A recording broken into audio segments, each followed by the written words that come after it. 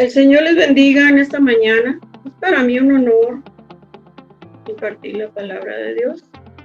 Mi nombre es María Ángela Loreto, pastor de la Iglesia Fuente de Amor y Fe. Y estoy llevando una palabra que en estos tiempos nos conviene a todos. La clase de hoy se llama La confesión que liberta. Si hablamos de confesión, en Primera de Juan 1:9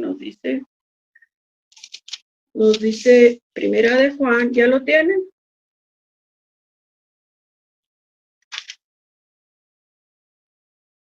Si confesamos nuestros pecados, Él es fiel y justo para perdonar nuestros pecados y limpiarnos de toda maldad. Les diré que el acto de la confesión fue establecido por el Señor para que el hombre tuviera libertad, vida abundante y sea limpiado de toda maldad. El acto de la confesión nos libera y nos ayuda a seguir una vida delante del Señor. Amén. En la Escritura se habla de varios tipos de confesión, pero hoy hablaremos de la confesión que liberta. Existen varias definiciones de lo que es confesar. Si nos vamos al diccionario, confiar, dice, confesar o confiar, es decir, uno de sus hechos, sentimientos o ideas. Otro ejemplo lo tenemos en Génesis 3:9, cuando Adán y Eva dijeron los hechos por los llevados por sus sentimientos. En Génesis 3:8 dice, y oyeron la voz de Jehová Dios, y el hombre y su mujer se escondieron entre los árboles del huerto. Mas Jehová llamó al hombre y le dijo, ¿dónde estás tú? Y Adán respondió, oí tu voz, tuve miedo y me escondí. ¿Por qué? Porque estaba desnudo, porque ya se le habían abierto los ojos al haber pecado y comido el árbol del fruto prohibido.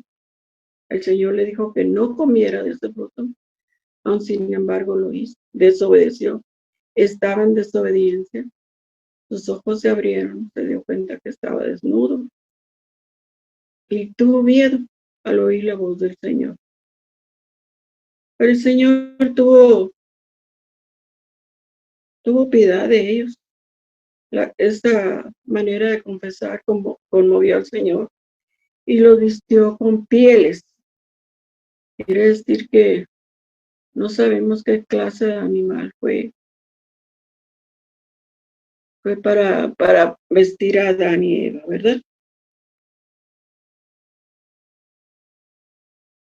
Pero confesar así abiertamente es abrir el corazón delante de Dios.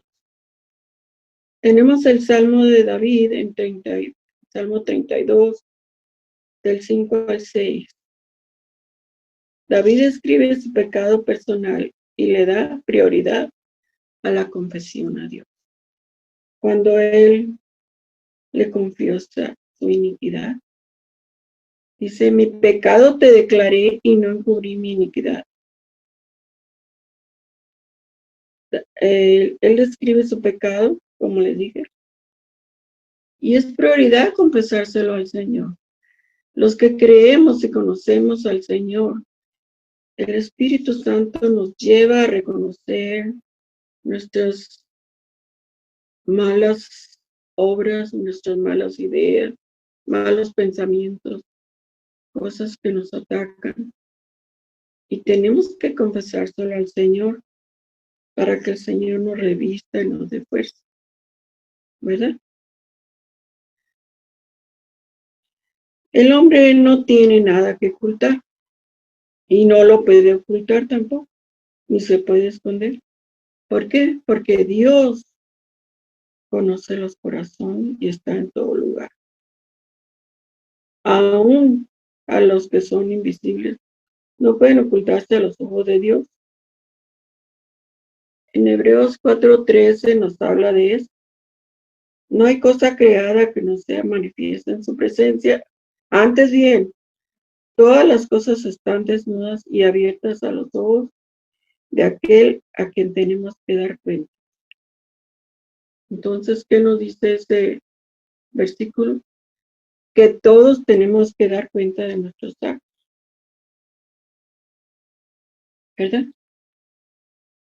Así como Dios, tenemos que estar atentos a la palabra de Dios y atentos al autor de la palabra de Dios, porque Él es el autor de la palabra de Dios. Aun cuando hubiera todos los escritores que fueron, el Señor los inspiró para que escribieran su palabra. Es una palabra verdadera. Santiago 5:16 nos habla que se recomienda confesar ofensas y orar unos por otros para ser sanados, porque la oración del justo puede mucho. Entonces, ¿qué debemos hacer? Capacitarnos para orar unos por otros en la lucha espiritual. Amén. Pero déjenme decirle que también hay consecuencias por no confesar. En el Antiguo Testamento, una figura que simboliza al cristiano es el pozo. Recordemos que Abraham, cuando anduvo en la tierra, en el Negev y todas estas partes, abrió sus pozos. Y esos pozos fueron tapados por los filisteos. Entonces, cuando llegó Isaac a esa parte de la tierra, él tuvo que abrir los pozos. Entonces, un pozo sucio no puede ser usado. Eso simboliza a nosotros. Tenemos que destapar el pozo. Eso está en Génesis 26:15. Entonces, el hombre que acumula sus pecados tapa su pozo y para ser limpiado debe de confesar. Porque hay consecuencias, como les dije, de la falta de confesión. El cristiano se mantiene cargado, anda cargando sus culpas y todas esas cosas que no le gustan a Dios. El cristiano no tiene gozo, anda enlutado, no tiene deleites, no tiene revelación. Entonces, en ocasiones no puede ni alabar ni adorar. Y no fluye el Espíritu Santo y a la vez lo contrista, lo entristece. En ocasiones, no confesar una falta significa que tenemos alguna enfermedad. ¿Por qué? Porque andamos cargando y no confesamos. El Salmo 38:3, en muchas maneras, las lamentaciones de David están comparables con las lamentaciones de Job, del siervo Job, pero la diferencia es que David estaba confesando, sí había pecado. Y pues este salmo tiene relación a los ataques de enemigos.